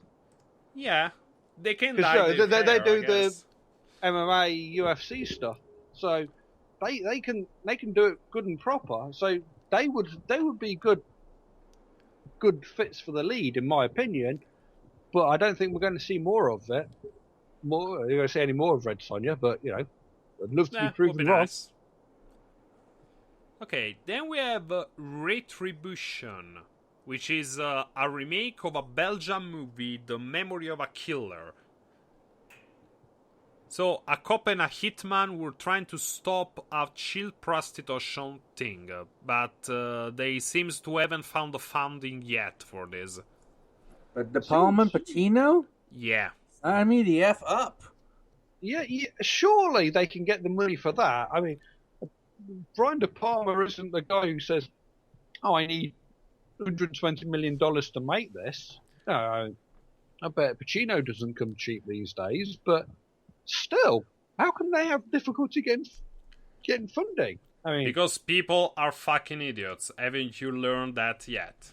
It's Wow. 2016. It's 2016.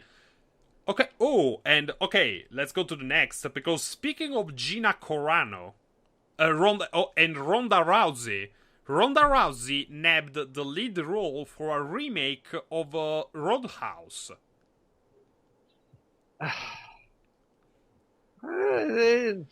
Well, Okay. you know what? Yeah.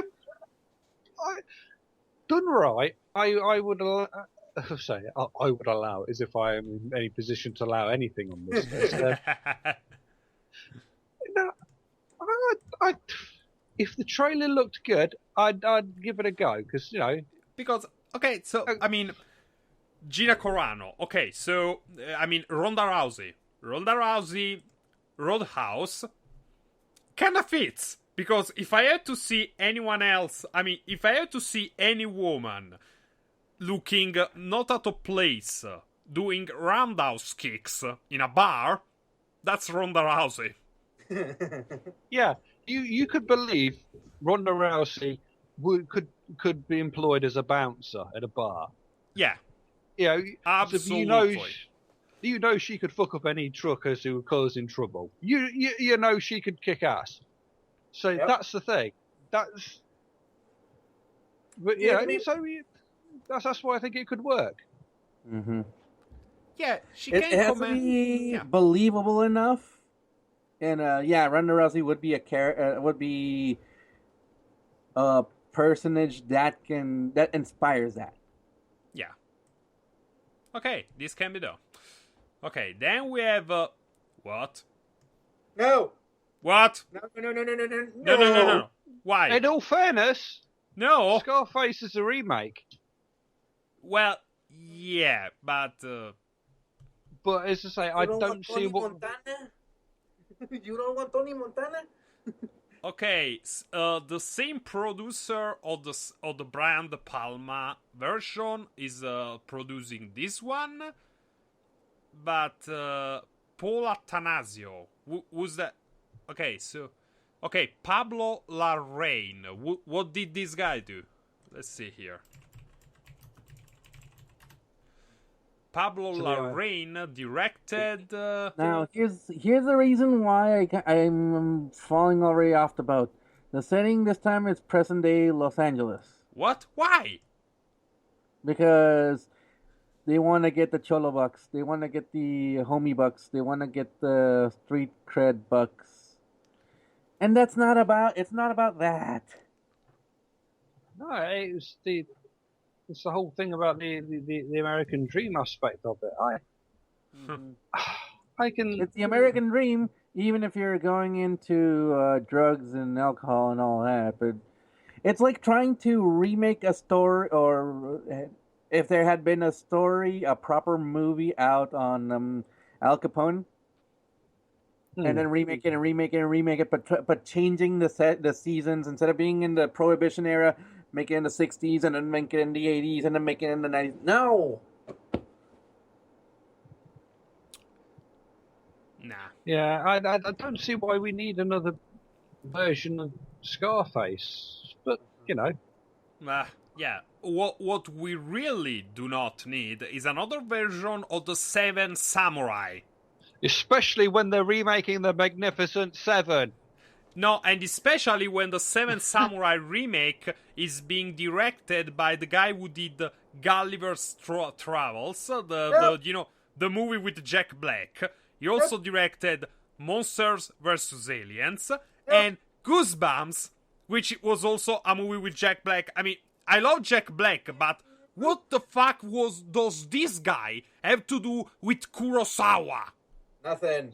You know what? Yeah. I was good with the anime version of Seven Samurai. Yeah. I mean, it was stylized, and there were. I watched a few episodes of it, but I didn't follow up with it. But because why would I need to remake the Seven Samurai? I mean, Yeah, you're even as an already anime. remaking it as the Magnificent Seven, and Yeah, if you're doing it as even as an anime, I didn't really care for the version of Seven Samurai. It was just too peculiar. yeah, but if you what this is what people complain about. What me when say complain about cultural appropriation, because these are people who don't get the old samurai traditions. They don't get Japan. They don't get that. Don't get it. Especially the guy who directed fucking Monsters vs. Aliens. Monsters vs. Aliens had its charm, but no way would I give the director of that, remake Seven Samurai. Go on. No. You set yourself up for a fail here. You set yourself for a hiding to nothing. I mean, you remake it as, do it as your Magnificent Seven, but you do your Magnificent Seven in a non-Western setting. I could see a reason for that. I mean, with bloody hell, they did it with Battle Beyond the Stars. I just there was no need for this. This is a waste of resources. Yeah. Okay, then we have Shaft. They're trying to, again. They only know who's writing it, no one else. The thing is, they need to find a more modern day badass mother effer. Yeah, Samuel L. Jackson because Jackson's getting old. Yeah, but also they already tried it with Samuel L. Jackson in 2000, and that wasn't too. Now here's the thing: he played the nephew of Shaft, not Shaft. Yes, because Richard Roundtree was in that. Yeah, which it was more like Shaft 2000, the nephew of Shaft. Yeah, so if they want to do a full reboot, which is fine, but they need a bad motherfucker. I don't see who they're going to get for that. I mean, fucking hell. You know who, Kevin Hart? I mean, fuck no. No. You know who could they get? Mm-hmm. The guy in Creed, Michael B. Jordan. Mm-hmm. He has some serious acting chops, I have to say. Maybe he's a little too young, but he could work. Now here's the thing. Here's the thing. How do you play Shaft? Do you play the old school blaxploitation Shaft? Do you play the 2000s no more blaxploitation anymore? Or do you play a Shaft centered in modern day America? Yeah, we'll have to see. Okay, I have a little timing left, guys. So let's go over the ones, just the ones that they are peculiar. Okay, She's All That. Teen comedy. Nah. Why? I mean, nah. Okay. Short Circuit. No. Harder and edgier robot. I mean, I don't know why. Ain't this guy who directed the first two Alvin and the Chipmunks movies? Oh, please. Sister Act? Sister Act, I kinda would like to see it. I don't know.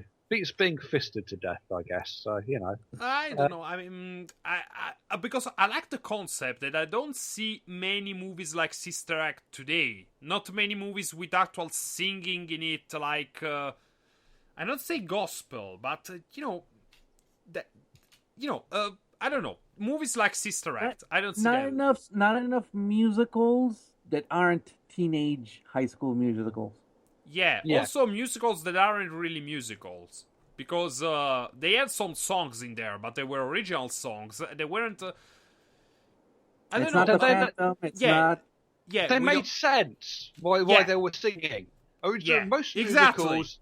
Exactly. Why are you bursting into song? With this one, we're doing a show, and you happen to be a Vegas singer. So, you know what? That makes perfect sense. Yeah, exactly. There is not. Yeah, basically, there is not enough movies about music. There are not documentaries or teenage comedies. Mm-hmm. Yeah. Next. Okay. Yeah. Sleepless Night. No clue. No clue. Spider-Man. No clue. Spider-Man. Okay, we'll have to see how the new guy Tom does. Tom Holland does in Civil War. Then we'll see. Yeah. Stargate. Why? I like the Stargate franchise, but I think it's best suited to TV rather than a movie franchise. Because then you can have the next one think, hey, oh, well, that one didn't do so well. We'll try again next one. You know, that's how it works for me. So, well, you can have your continuing thread and you get your character development and what have you. Stargate was originally conceived as a TV show. So, you know, why wouldn't you go with Stargate as a TV? Well, that's my take on it. Anyone else? Okay, then we have A Star is Born, which is going to be directed and produced by Bradley Cooper. So we'll have to see. The thing is, A Star is Born is there's a lot of movies out there. They're just pandering to to a different audience. Yeah, pretty much. Okay, then we have Starship Troopers. I'd love to see this done right, like they do it like the novel, not like the original movie. The original movie, the Verhoeven movie, had some excellent satire in it.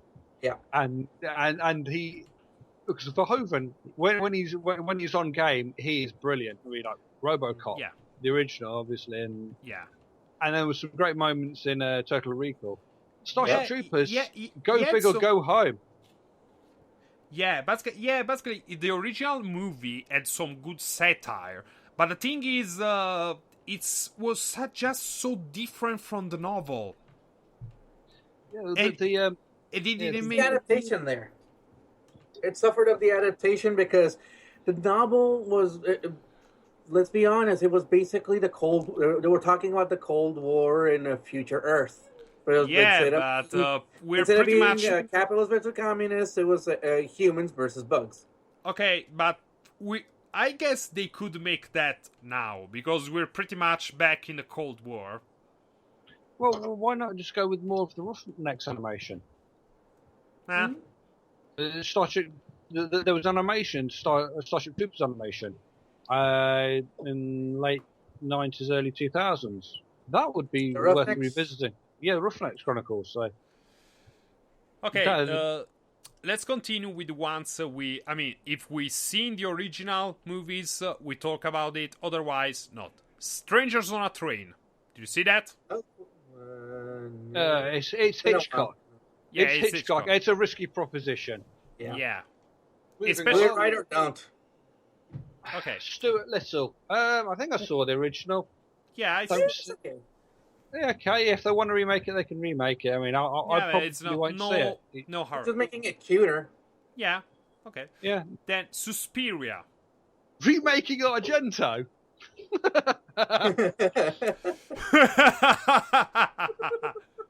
He wants to remake a Dario Argento movie. Oh, that's a bold move, Cotton. Let's see how it pays off for him. Okay. Live adaptation of Sword in the Stone. So you're trying to make a family-friendly Camelot? Well, to be fair, though, the original Sword in the Stone was pretty much a live-action movie of Disney. I mean, pretty much. I mean, it didn't have that much singing. The cat. I mean, that's what I said. That's why I said, do you want basically a family-friendly version of Camelot? Yeah, and the Sword in the Stone was pretty much that. Yeah, I don't know. We need another take on the Arthurian legend. Nah, it could be worse. It could be King Arthur Church. Okay, as long as they keep the furry in it. Yeah. Ten Commandments. They already did a better remake of that. It was called The Prince of Egypt. Yeah. Yep. Yeah. It was a better version of the Ten Commandments, and it was animated. Here's the thing. If the Noah's Ark movie failed nowadays, why do you want to do the Ten Commandments? Because Exodus banked. I don't know. Gods and Kings, did that do okay? I can't remember. I don't know. I guess so. Time Cop. Hard R, and it might work. I mean, it depends on how you want to do it. I mean, if it's not too campy, if it's quite serious, but with enough humour to show that it's still got heart, then maybe. I mean, it depends on who your lead's going to be. I mean, the people who are behind it, behind Journey to Mysterious Island, which starred The Rock, and if it was to star The Rock in it, then I'd see it. That was it was a very extra campy movie. But the point is, that was campy, and they want to make a gritty, more grounded remake with sci-fi in the background of Time Cop. Yeah. Now, moving on, Tomb Raider. Where are you gonna find boobs that big nowadays? Nah, don't they know? They reduce them with the new games. Oh yeah, well Lara Croft as a character is a bit like Rule 63 Indy, only with a lot less charm. And actually, I think I'd rather watch a Rule 63 Indiana Jones movie than another Tomb Raider movie. Yeah, also the new with the new games too, they went full extra gore. Basically, it's not about Lara, it's not about the adventure, the mechanics. It's about getting how many different ways you can just kill her. So no. Toxic Avenger. Yes, Toxie. Never seen that. Yeah. I want to say, you know what, for Toxie, not so much a remake or a reimagining. It's more like just do the movies all over again with better graphics, because these are so much camp, and it was such a fun time for these movies. It's like, you know what, why not? I don't know. Trauma movies have a charm of them being cheap. Big budget kind of misses the point. But I don't know. I don't know. Okay, 3 minutes, guys. Let's do it like this. I read the titles, you give me one word for it. Okay, Van Helsing. Why? Will? Could be worse. I could Too soon. One sentence, Too soon. Will. Too soon. For Too me, soon. maybe. Depends. Okay, War Games. Why? I haven't seen this. The original. Oh. Original? Oh, no. Right, I remember the thing. Oh, yes. No, my notes are for... I got confused with a different film. I don't know how you're going to have a more useful, immediate feel to it, to be honest. Okay, Doesn't then work for me. Okay, then we have The Warriors. No. No.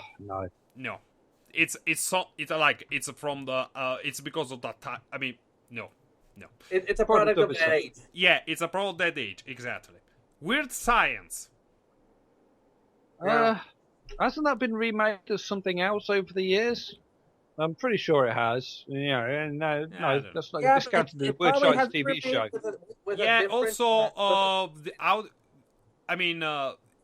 Can you imagine it being made in the current climate? Yeah. No, actually, it would be no. But the thing is, the kids would be brainwashed. Okay, then we have The Wild Bunch. Maybe. This is remade as a DEA agents hunting down a Mexican drug cartel. Why do they keep... Why? Okay, it's westerns. Why do you want to erase the western genre? Okay, the how do you say, the Mexican... how does... Oh my god. Here's the thing, because leaving it in the Western genre implies attacking Indians. While Yes. No, they don't. bringing No, it it to doesn't. modern age, it's cartels, cartels, cartels. Ah, okay, But- so cartel. Okay, so because that's Well, more- all the more- westerns were. Okay, Yeah, well, more worthwhile This- than the Raid remake, but yeah. these they were people fine. are fucking morons. Okay, then the Wolfman. Necessary. If they want to get it to work with the Universal Monster Cinematic Universe. Yeah, which also Van Helsing is a part of, anyway, by the way. So, Necessary, but they need to do it cheaper, but not make it look cheaper, if you know what I mean, Okay. in order to get it all to tie in. The writer know. seems to be a good one this time, so we'll see. And lastly, Zorro Reborn. Make it cheesy. Not too Yeah. cheesy like the second one, like the Legend of Yeah. Zorro was ass. The mascot Zorro was great. This one? Yeah, this Zorro is a character. Oh, wait. No. This is going to suck because they're going to Near set future. this in the near future in a post-apocalyptic time. That's not Zorro. So basically, they took Zorro and put him in Okuto no Ken. That's really it. Mad Zorro Max. Okay, Fist guys. of the North Zorro. I mean, come on. This, Fallout. Fallout Zorro. Fallout. No. Fallout Diego Vega. Ma che cazzo? I got no issues with them redoing another version of Zorro. I just don't see why it should be But Zorro. it should be in its 1920s conquista type stuff. Oh, it's got to be back set when it was envisaged. Otherwise, then why would It's you not bother Zorro. with them? Yeah, Because It's like pirate movies. It has to Yeah. be in the age of the high seas, or it's ridiculous. well, if you remake pirates these days are.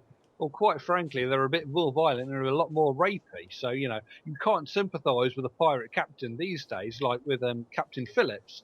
It's like, these people kill, maim, rape, steal, Yeah. destroy lives. How are you supposed to root for these guys? You can't. Disney did it. Because well, Johnny Depp was a pirate that became a pirate because he didn't want to traffic human beings. But anyway, okay, guys. Thanks for. Okay, before we go, I want you to tell me one movie that you're glad wasn't on this list. Wasn't on. Way too many. Just the first one on your mind.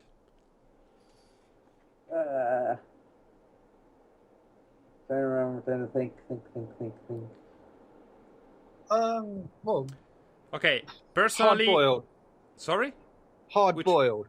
John Woo's hard-boiled. I'm glad that wasn't on our list. Okay, personally, I'm glad that basically they're making Ghost in the Shell and Akira and the Seven Samurai. I'm really glad that Okuto no Ken isn't on this list. Thank God the US don't give a fuck about Okuto no Ken because I've got some bad news for you, Minus. Shit taste. There was a live-action Hokuto no Ken. Japan. Those are, but okay, that's, that was I believe that was a vaguely Western remake. So. yeah.